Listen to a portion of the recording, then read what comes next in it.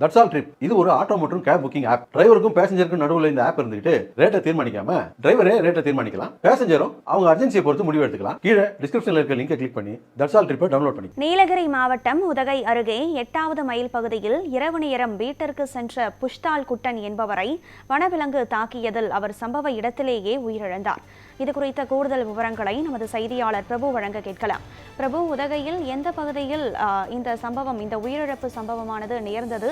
எந்த வனவிலங்கு தாக்குதலால் இந்த உயிரிழப்பு ஏற்பட்டது? நீலகிரி மாவட்டம் உதகை அருகே அமைந்துள்ள 8வது மைல் என்று அழைக்கப்படும் சின்னகடிமந்து தொடர் பழங்குடியினத்தைச் சேர்ந்த புஷ்தால் குட்டன் 50 வயது உடைய இவர் தனது மனைவி மற்றும் 2 குழந்தைகளுடன் அப்பகுதியில் வசித்து வந்துள்ளார்.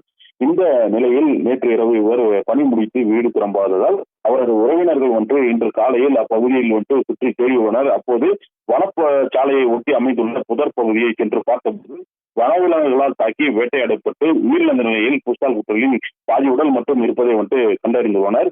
இதனை அடுத்து பழங்குடியினர் உடனடியாக வனத்துறையினருக்கு தகவல் அளித்த நிலையில் தகவல் அறிந்து சம்பவ இடத்திற்கு வந்த வனத்துறையினர் அப்பகுதியில் ஆய்வு மேற்கொண்டு அதாவது வனவிலங்கு தாக்கியது புலியா அல்லது சிறுத்தையா என ஆய்வு மேற்கொண்டும் உடலை பிரேத பரிசோதனைக்காக உதகை அரசு மருத்துவமனைக்கு கொண்டு செல்ல முயன்றனர்.